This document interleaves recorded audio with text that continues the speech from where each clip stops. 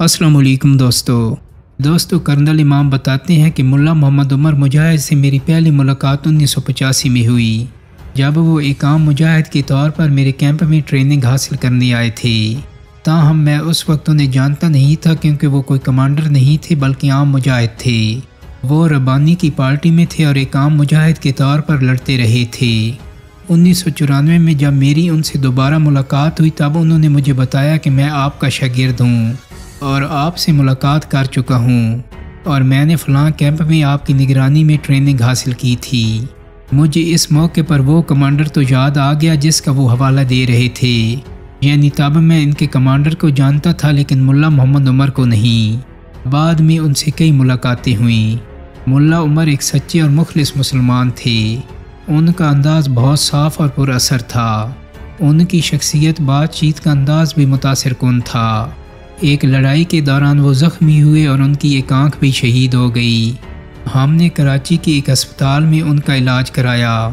कुछ लोग उन्हें माफूकुल फितरत साबित करने के लिए कहते हैं कि उन्होंने अपनी आंख को ज़ख्मी होने के बाद चाकू के ज़रिए ढीले से निकाला और ख़ुद ही सी दिया।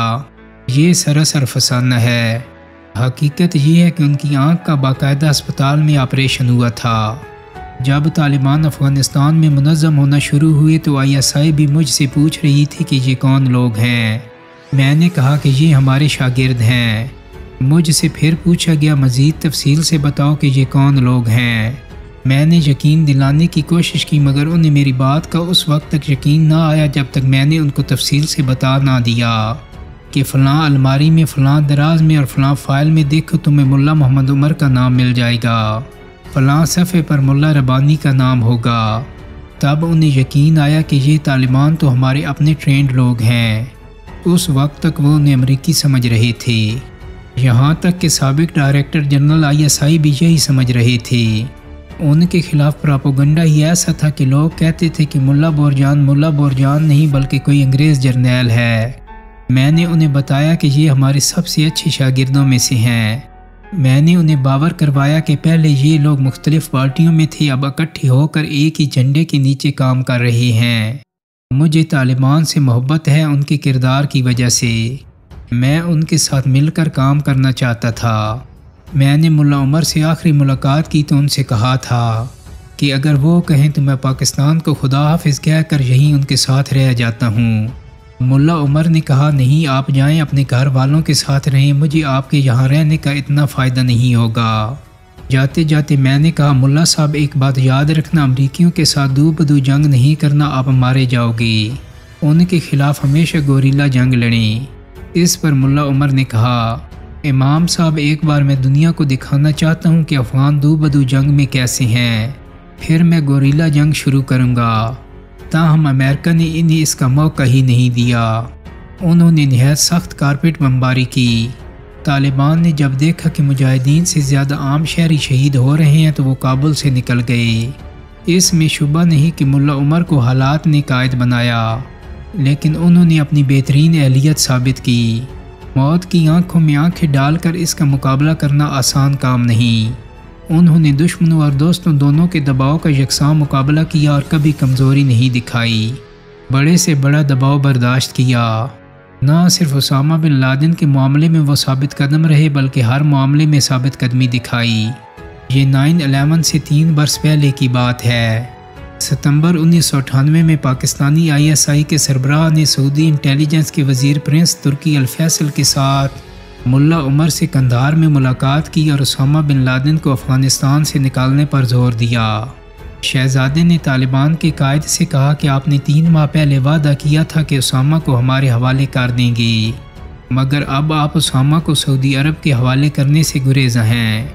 शहजादे ने मुल्ला उमर से शिकायत की कि ये सिर्फ अमेरिका का मामला नहीं, उसामा सऊदी अरब में भी हुकूमत के ख़िलाफ़ तहरीक का रूए रवां है। तालिबान इसे सऊदी अरब के हवाले करने का वादा क्यों पूरा नहीं करते।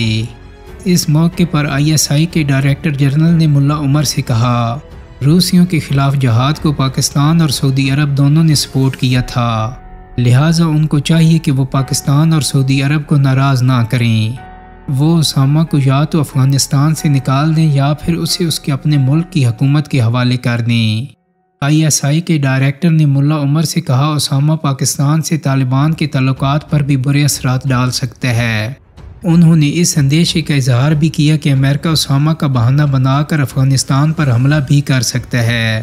اگر اسامہ کو افغانستان سے نکال دیا جائے گا تو دوسرے ممالک بھی طالبان کی حکومت کو تسلیم کر لیں گے۔ شہزادے نے بار بار 3 ماہ پہلے کے وعدے کا حوالہ دیا۔ ملا عمر نے بڑی استقامت سے یہ دباؤ سہا۔ آخر میں کہا شہزادہ صاحب آپ کو جھوٹ زیب نہیں دیتا، میں نے آپ کے ساتھ کبھی کوئی ایسا وعدہ نہیں کیا تھا۔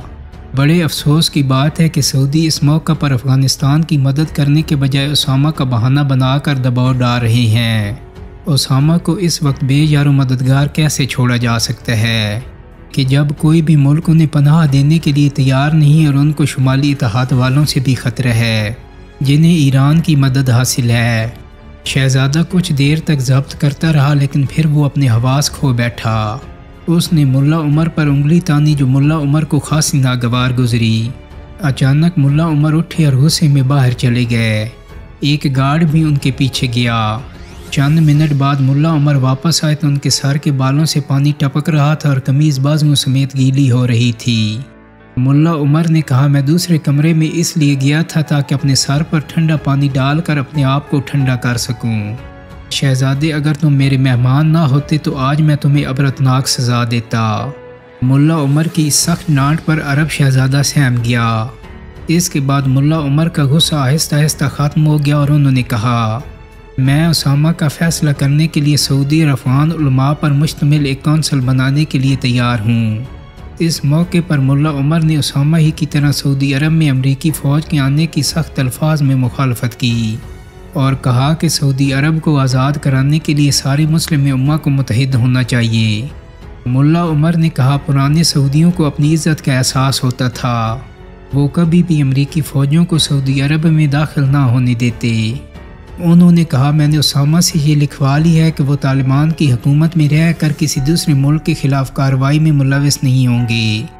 انہوں نے مہمانوں کو رخصت کرتے ہوئے ایک بار پھر لگی لپٹی رکھے بغیر کہا مجھے بہت افسوس ہے کہ سعودی عرب اور پاکستان اسامہ کے بحران میں طالبان کے بجائے امریکہ کا ساتھ دے رہے ہیں۔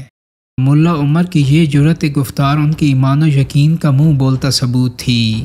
دوستوں امید کرتا ہوں کہ میری آج کی ویڈیو آپ کو پسند آئی ہوگی۔ اگر ویڈیو اچھی لگی ہے تو اس کو لائک اور شیئر کر دیں۔ میرے چینل کو سبسکرائب کرنے کے ساتھ ساتھ بیل آئیکن کو بھی کلک کر دیں تاکہ آپ کو میری آنے والی مزید ویڈیوز کے نوٹیفیکیشن ملتے رہیں۔ بہت جلدی ایک نئی ویڈیو کے ساتھ ملاقات ہوگی۔ اپنا بہت سارا خیال رکھیے گا۔ اللہ حافظ۔